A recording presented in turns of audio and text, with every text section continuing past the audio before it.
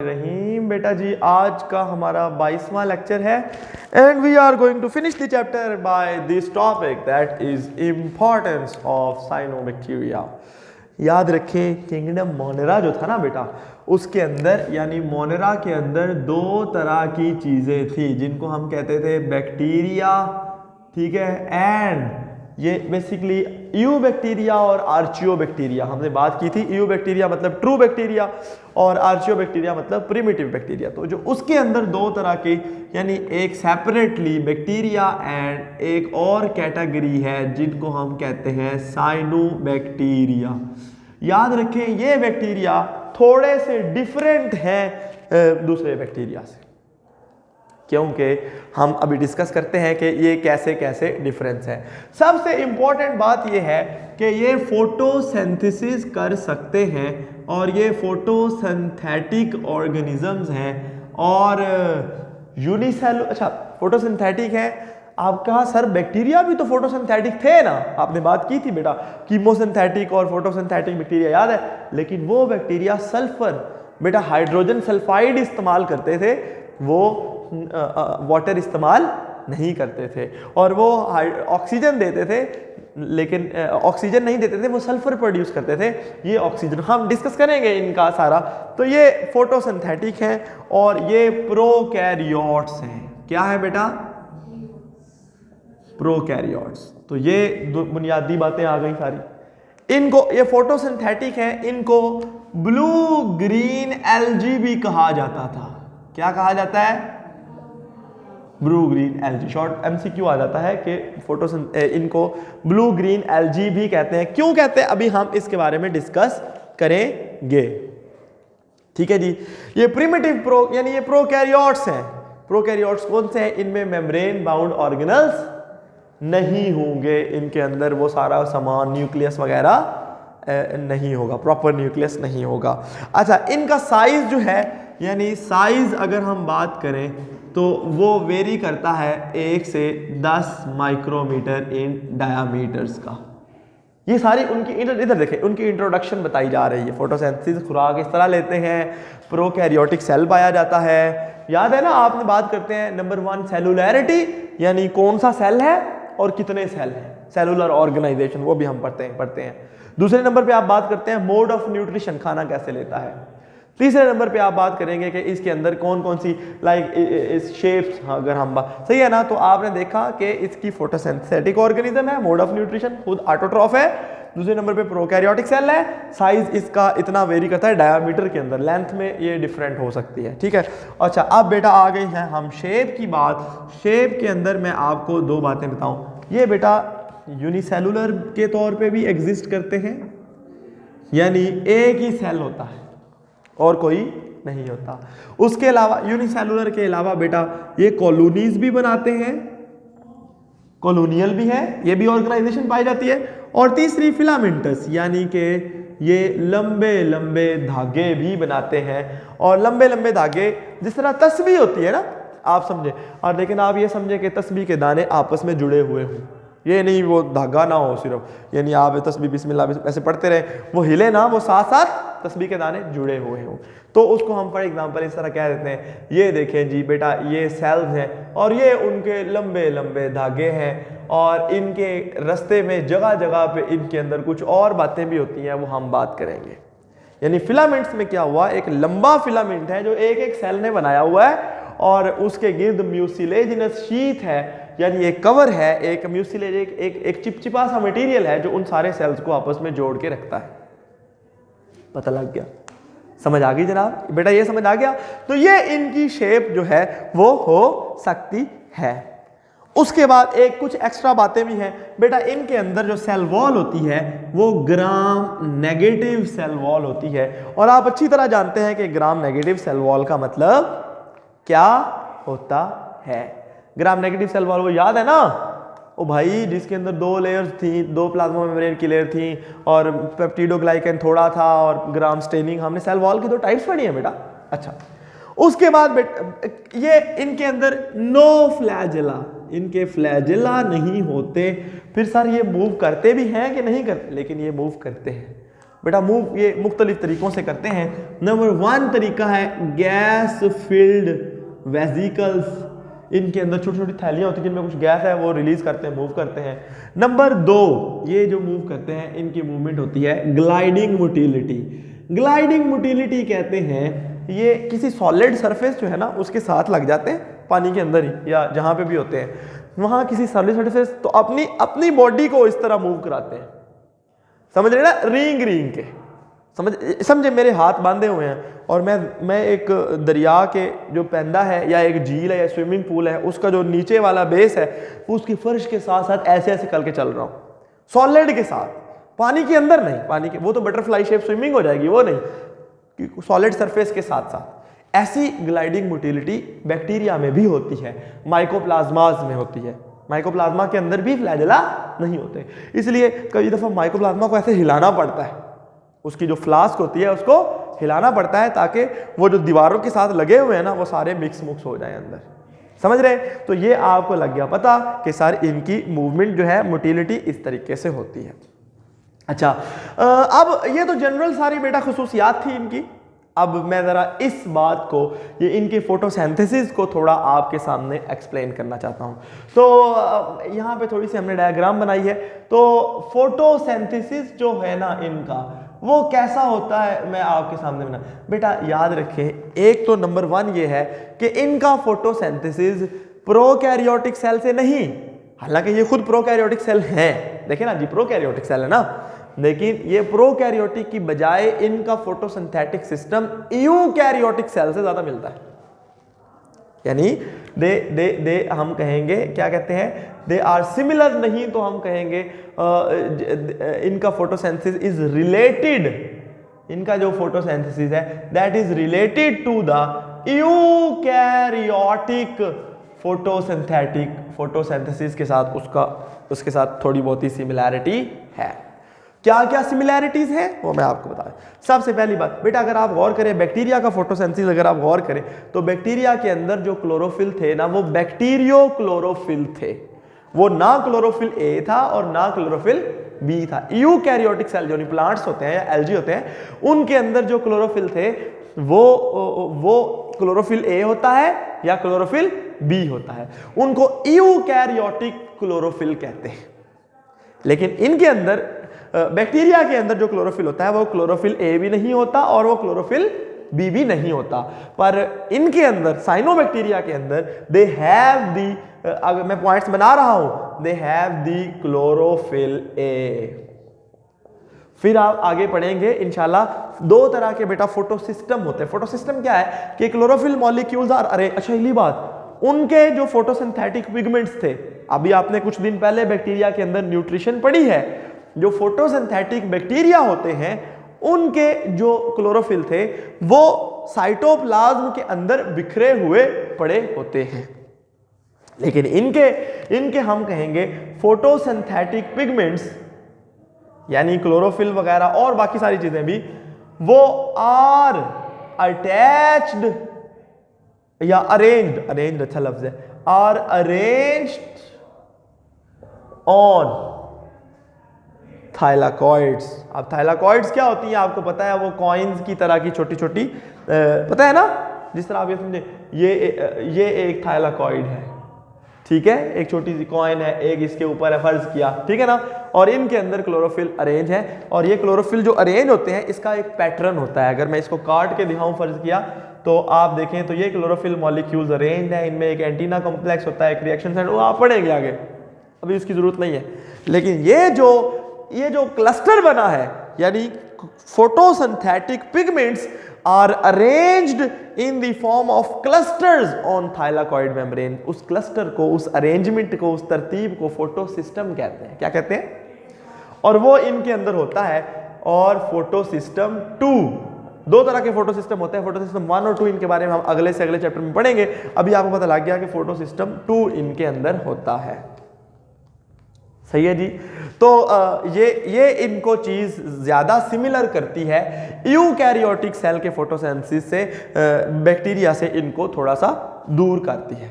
दूसरे नंबर पे लेकिन 100% यूकैरियोटिक सेल भी नहीं बनाती। क्योंकि इनके अंदर कुछ और पिगमेंट्स भी होते हैं जिनको फाइकोबिलिन्स कहते हैं। क्या कहते हैं? फाइकोबिलिन्स। और फाइकोबिलिन्स के अंदर सबसे इंपॉर्टेंट फाइकोबिलिन कौन सा है? That is phycocyanin. Cyanin. Cyan colour, बेटा सियान कलर कैसा होता है? ब्लू ब्लू होता है ना। ये फाइकोसायानिन इनके अंदर ज्यादा होता है, इसलिए ये ब्लू कलर के ज्यादा शो होते हैं, इसलिए इनको ब्लू ग्रीन एल्गी कहते हैं। क्लोरोफिल भी होता है और इनके अंदर फाइकोसायानिन भी। और ये जो फाइकोबिलिन बाकी सारे, यानी मैंने बताया these are the special pigments. Pigment किसे कहते हैं? उस चीज को कहते हैं जिसके अंदर सूरज की विजिबल रोशनी को जज़ब करने की सलाहियत हो। The chemical substances which can absorb the visible light are called as pigments। और इनके अंदर जो पिगमेंट्स हैं उनको फाइकोबिलिन्स कहते हैं। और वो फाइकोबिलिन्स की एक इंपॉर्टेंट तरीन एग्जांपल है फाइकोसायानिन, जो इनमें बहुत ज्यादा होता है, जिसकी वजह से इनका कलर ब्लू होता है, उनको ब्लू ग्रीन एल्गी कहा जाता है। याद आया वो वाली बात, ब्लू ग्रीन एल्गी। मैंने कहा था मैं बताऊंगा कि क्यों कहते हैं, सही है। और आखिर में इंपॉर्टेंट, ये जो फाइकोबिलिन्स हैं ये छोटे छोटे ऐसे मतलब थैलियों के अंदर होते हैं एक तरह से उन, और वो मेम्ब्रेन की, वो गोल्जी से नहीं निकली होती, वो इनकी मेम्ब्रेन की, जिस तरह मीजोसोम नहीं थे इस तरह उनको हम कहते हैं फाइकोबिलिसोम्स। बस वो इसकी इतनी ज़्यादा याद करने की जरूरत नहीं है। समझ आ गई बेटा बात की? अच्छा, अब ये तो आपको लग गया पता कि नंबर 1 देखें जी, देखें गौर करें, इनकी सिंथेटिक फोटोसिंथेसिस इनका किस तरह से यूकैरियोटिक सेल के साथ मिलता है। तो इधर देखें, नंबर 1 आखिरी पॉइंट रह गया था, सॉरी, उसे कहते हैं ऑक्सीजेनिक फोटोसिंथेसिस। यानी ये वो वाला फोटोसिंथेसिस करते हैं जो कि जिसमें वाटर इस्तेमाल होता है और ऑक्सीजन प्रोड्यूस होती है, सल्फर वाला इस्तेमाल नहीं करते। तो इनका फोटोसिंथेसिस इज मोर। तो ये है बेटा इनके फोटोसिंथेसिस की सिस्टम, क्या कि एक तो इनमें क्लोरोफिल ए है, दूसरे नंबर फोटोसिस्टम 2 है, then they perform oxygenic photosynthesis, then they have certain other photosynthetic pigments called as the phycobilins which are arranged या which are arranged on the thylakoid membranes, and those thylakoid vesicle membranes they are associated with certain structures called फाइकोबिलिसोम्स। सही है। और ये है जी इनके बारे में बेटा सारा इनका फोटोसिंथेटिक कैरेक्टरिस्टिक्स। अच्छा, आमतौर पे प्लांट्स अपनी खुराक बनाते हैं तो फिर उसको स्टोर करते हैं, किस शक्ल में स्टोर करते हैं? Plants store their food in the form of starch, but they store their food in the form of glycogen like animals। ठीक है, तो they store food in the form of glycogen। ये MCQ आता है, glycogen. समझ आ गई? they store food in the form of glycogens। अच्छा, एक इंटरेस्टिंग अगर मैं आपके सामने बनाऊं तो अब आते हैं इनकी रिप्रोडक्शन के ऊपर, जिसके लिए मैंने ये जगह ऊपर खाली की थी। स्ट्रक्चर आपने पढ़ लिया बेटा तकरीबन, थोड़ा सा इधर भी आ जाएगा, और शेप्स भी आपने पढ़ ली, टाइप्स भी पढ़ ली, सेल वॉल, ये सारा पढ़ लिया। इनके बारे में आप एक जनरल सा ओवरव्यू ले रहे हैं ना। तो अब आते हैं इसके ऊपर, तो बेटा जी ये क्या है, और यहाँ पे एक साइड में मैं इसकी इंपॉर्टेंस भी आपको बढ़ा दें। याद रखें रिप्रोडक्शन इनकी किस तरह से होती है। याद रखें आम तौर पे इनके अंदर रिप्रोडक्शन का जो मेन मेथड है वो होता है फ्रेगमेंटेशन। क्या है? फ्रेगमेंटेशन। वो फ्रेगमेंटेशन क्या है? वो फ्रेगमेंटेशन बेटा ये है कि इस तस्बीह के छोटे छोटे तस्बे बन जाएंगे हैं, और फिर वो तस्बे जो हैं वो अलग अलग हो जाएंगे, और वो अलग अलग जगह पे जाके ग्रो कर जाएंगे और नया साइनोबैक्टीरियम बना देंगे। नहीं समझ आई? देखो बेटा इनके अंदर क्या होता है, ये पूरा, अच्छा ये जो पूरी बॉडी है ना, ये फिलामेंट जो है इसको ट्राइकोम कहते हैं। क्या कहते हैं? ट्राइकोम। यानी एक फिलामेंट जिसमें बहुत सारे सेल्स एक लाइन में अरेंज हैं, उनको हम क्या कहते हैं? ट्राइकोम। अच्छा, ट्राइकोम जो है उसमें जगह जगह पे ऐसे सेल्स होते हैं जो थोड़े से मोटी दीवार के होते हैं और वो येलोइश से होते हैं। यानी हम कहेंगे इनके अंदर फूड भी स्टोर हुई होती है, लेकिन फूड एक और तरह के सेल्स में भी स्टोर होती है। तो इनको हम कहते हैं दे आर लाइक हेटेरोसिस्ट। क्या कहते हैं? These are the thick walled yellowish, light yellow colour के। ये पूरा अगर ग्रीन ग्रीन ब्लूइश ग्रीन है तो ये दरमियान में येलो कलर की जगह, जिस तरह तस्बीह के दानों में एक बड़ा बड़ा दाना आ जाता है, सही है।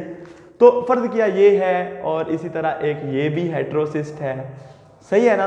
तो ये आपको लग गया पता कि ये है हेट्रोसिस्ट। इधर देखिए, हेट्रोसिस्ट वाली जगह से अक्सर ये टूट जाता है, ट्राइकोम जो है वो टूट जाता है, और उससे जो स्ट्रक्चर बनती है ना, लाइक जो टुकड़े बनते हैं, यानी ये देखें, ये जो छोटे छोटे टुकड़े बने हैं 4 का, और ये भी 4 का या 10 का बन सकता है, इसको हम कहते हैं हार्मोगोनियम। एक को हार्मोगोनियम, एक सदा को हार्मोगोनिया, हार्मोनियम नहीं, हार्मोगोनियम, यानी फ्रेगमेंट्स। ये है बेटा फ्रेगमेंटेशन पहला प्रोसेस। के हेट्रोसिस्ट क्या है? These are the thick walled yellowish structures which are present at different intervals in the filament. Trichome के अंदर मुख्तलिफ इंटरवल्स के ऊपर हेट्रोसिस्ट होते हैं, तो वो जगह एक जगह से वो ब्रेक होते हैं, आमतौर पे ट्राइकोम ब्रेक होता है और हार्मोगोनिया बनते हैं। हार्मोगोनिया किसे कहते हैं? दीज आर द, इधर देखो, फ्रेगमेंट्स ऑफ द ट्राइकोम। जब ये आपको पता है फ्रेगमेंटेशन का प्रोसेस आपने 10वीं में भी पढ़ा है कि जब बॉडी टूट जाती है तो फिर वो दोबारा एक नया ऑर्गेनिज्म बना देती है, सही है। तो ये हार्मोगोनिया जगह जगह से जहाँ टूटे हैं, ये जितने भी टूटे होंगे अलग अलग, ये अलग अलग नया नया ऑर्गेनिज्म बना दे। फिर कुछ एक और चीज़ भी होती है, वो क्या होती है कि जगह जगह, ये देखो आपको हार्मोगोनिया का पता लग गया ना, हेट्रोसिस्ट की जगह से वो टूटता है। दूसरे नंबर पे आपको इनके अंदर ना कुछ खास पॉइंट्स के ऊपर ना कुछ ऐसे सेल्स होते हैं जो नॉर्मल सेल है ना, तो वो अचानक अपने आप को बड़ा कर लेता है और उसमें बहुत सारी फूड स्टोर हो जाती है। क्या होती है? फूड स्टोरेज, और एक सेल एक साइज में बड़ा हो जाता है। ये सेल वो होता है जो अकेला भी कहीं गिरेगा तो वहां पे भी एक नया साइनोबैक्टीरियम बना देगा। इन सेल्स को हम कहते हैं एकाइनिड्स। क्या कहते हैं? यार ये डोरमेंट हो जाते हैं, रुक जाते हैं, ये फर्दर डिवाइड नहीं होते, लेकिन बहुत सारी फूड अपने अंदर स्टोर कर लेते हैं। अब जब ये भी कहीं पे भी जाएगा तो ये दूसरा मेथड होता है बेटा, इनको कहते हैं एकाइनेट्स। ठीक है, समझ गए बात को? तो ये है जी बेटा इनकी जो हम कहेंगे the reproduction in the cyanobacteria by heterocyst, by akinetes and by hormogonia. तो मेन तो हार्मोगोनिया और एकाइनेट्स है, लेकिन हेट्रोसिस्ट का क्या रोल है कि यहाँ से असल में ब्रेक होता है कौन? ट्राइकोम, जिसकी वजह से नए जो है वो सेल्स, नए जो छोटे छोटे फ्रैगमेंट्स बनते हैं और वो बाद में एक नया सियानोबैक्टीरियम, हर एक फ्रैगमेंट अलग अलग नया सियानोबैक्टीरियम बना देता है जनाब। ठीक है, तो अब रह गई इनकी इकोनॉमिक इंपॉर्ट। ये देखना, ये हिस्सा इसमें आ रहा है, इसमें आ रहा है, या बल्कि थोड़ा सा मुझे एक टिश्यू दे ही दे तो मैं इसको साफ कर देता हूँ अगर है तो, जल्दी जल्दी, ताकि ये हमारा कंप्लीट हो जाए आज। शाबाश, वेरी गुड। अच्छा जी, तो बेटा अगर हम इसकी इकोनॉमिक इंपॉर्टेंस की बात करें तो मैं इतना सा हिस्सा इसका मिटा देता हूं बोर्ड का, तो आपको लग जाएगी समझ कि जी इंपॉर्टेंस क्या है। इकोनॉमिक इंपॉर्टेंस जब आप बात करते हैं ना बेटा, तो याद रखिएगा आप उस चीज़ के फायदे और उस चीज़ के नुकसान दोनों देखते हैं इकोनॉमिक्स, यानी बेनिफिट्स भी क्या है उसकी वजह से, और उसकी वजह से जो नुकसान है वो भी इनडायरेक्टली हमें पता होने चाहिए। सबसे पहली बात बेटा, ये रिपेयर करते हैं यानी रिक्लेमेशन करते हैं ऑफ अल्कलाइन सॉइल की। ठीक है, इसके बारे में मैं बताता हूँ, पहले लिख लूँ। दूसरे नंबर पे ये नाइट्रोजन फिक्सेशन। अब आप इस बात को जानते हैं कि हवा की नाइट्रोजन को नाइट्राइट्स या नाइट्रेट्स में कन्वर्ट करना, इसे नाइट्रोजन फिक्सेशन कहते हैं, और ये बायोलॉजिकल नाइट्रोजन फिक्सेशन है जिसमें साइनोबैक्टीरिया काम करते हैं। सही है जी। इसके अलावा अगर आप बात करें तो ये फोटोसिंथेसिस भी करते हैं, तो ये हवा के अंदर ऑक्सीजन रिलीज करते हैं जो कि हमारे लिए बड़ी बेनिफिट है। कुछ ऐसे होते हैं जो पोल्यूशन इंडिकेटर के तौर पे काम आते हैं। जिन जिन इलाकों में ये होते हैं वहाँ पे हम देखते हैं कि अगर पोल्यूशन का एक लेवल बढ़े, ख़ास तौर पे पानी के अंदर, झील के अंदर, तालाब के अंदर, नहर दरिया के अंदर, तो इनका कलर बदल जाता है। इनको बायो इंडिकेटर्स भी कहते हैं और इनको हम पोल्यूशन इंडिकेटर्स भी कहते हैं। तो हमें पता लग जाता है कि इस एरिया में पोल्यूशन का तनासुब ये हो गया है। सही है। उसके अलावा ये सिम्बायोट्स, सिम्बायोसिस किसे कहते हैं? सिम्बायोसिस, सिम का मतलब होता है दो चीजें इकट्ठी रह रही हो, सही है, सिम्बायोसिस, ठीक है। तो ये बहुत, इधर देखो, बहुत सारी चीजों के साथ मिल के रहते हैं और उनको बेनिफिट देते हैं। मसलन ये प्लांट्स के साथ रहते हैं, प्लांट्स प्लस साइनोबैक्टीरिया, तो उनको नाइट्रोजन फिक्स कर करके देते हैं, बदले में प्लांट इनको फूड देता है। ये तो खुद भी फोटोसिंथेसिस करते हैं, तो ये बड़ा फायदा हो गया। उसके अलावा बेटा लाइकन्स, किसी भी जगह के ऊपर जब पत्थरों के ऊपर जब जिंदगी प्लांट उगना शुरू करते हैं ना, सबसे पहले लाइकन्स उगते हैं। लाइकन्स कहते हैं एल्जी और फंजाई का एक मिक्सचर होता है, जिसमें एक पार्टनर एल्जी होता है और एक पार्टनर फंजाई होता है। क्योंकि हालात बड़े ख़राब होते हैं तो फंगस ऊपर से कवर करती है और एल्जी नीचे होते हैं। एल्जी को, और जब बारिश होती है फंगस बहुत सारा पानी भी इकट्ठा करके एल्जी को देती है। एल्जी फोटोसिंथेसिस करते हैं तो वो उसको फूड देते हैं, वो उसको प्रोटेक्शन देती है, क्योंकि एल्जी वहाँ अकेले ग्रो नहीं कर सकते और फंजाई को फूड नहीं मिलेगी तो वह कहाँ से ग्रो। फंजाई तो वैसे भी हेटेरोट्रॉफ है, तो दोनों मिल मिला के एक दूसरे के साथ रहते हैं और उसमें ये लाइकन्स में भी साइनोबैक्टीरिया बड़ा अहम रोल प्ले करता है। सही है जी। तो ये आपको कुछ आइडिया हो गया कि जो है जी ये इकोनॉमिक्स के। दूसरा इनके नुकसान भी हैं। नुकसान के अंदर हमने क्या बात की है, किताब के अंदर लिखी हुई है कि ये वाटर ब्लूम्स बनाते हैं, ठीक है। वो नुकसान मैं इनके रेड से लिख देता हूँ। वाटर ब्लूम्स का मतलब क्या होता है कि बेटा ये एक जगह पे बहुत ज़्यादा ग्रो कर जाते हैं, जिसकी वजह से क्या होता है कि एक चूंकि वो पानी है, वो जौहर तालाब सा, उस पानी के अंदर बहुत ज़्यादा साइनोबैक्टीरिया जब ग्रो करते हैं तो ऊपर तो कवर आ जाता है, लेकिन बहुत सारा ऑर्गेनिक मैटर जो डेड चीज़ें होती हैं वो उसके नीचे बैठ जाती हैं, जिसकी वजह से एक गंदी स्मेल पैदा होती है और वो नुकसान करती है। और दूसरी बात यह है कि एल्जी जो होते हैं, खासतौर पे एल्जी और ये साइनोबैक्टीरिया दोनों, ये ऊपर कवर कर लेते हैं पूरी उसको, यानी ये पानी है ना, तालाब है, इसकी कवर कर लेते हैं सरफेस को। उससे क्या होता है, रोशनी नीचे नहीं जाती, तो नीचे जो प्लांट्स वगैरह होते हैं वो भी सारे मर जाते हैं, क्योंकि रोशनी नहीं जाती, वो फोटोसिंथेसिस नहीं कर पाते, ठीक है। तो ये इनके नुकसान भी हैं। और इनके इसके अलावा एक कोई और बात लिखी हो तो कुछ ऐसे हैं, यानी एक तो वाटर ब्लूम्स बनाते हैं, दूसरे नंबर पे ये टॉक्सिन्स, कुछ ऐसी चीज़ें हैं, कुछ ऐसे साइनोबैक्टीरिया हैं जो कि टॉक्सिक हैं, वो खाने को ख़राब करते हैं, हमें बीमार करते हैं वगैरह वगैरह वगैरह। सही है, समझ आ गई बात है बात की। एक साइड पे एक बॉक्स में सुपर ग्रीन एल्जी के बारे में लिखा हुआ है, वो मैं भी आपको बताता हूँ।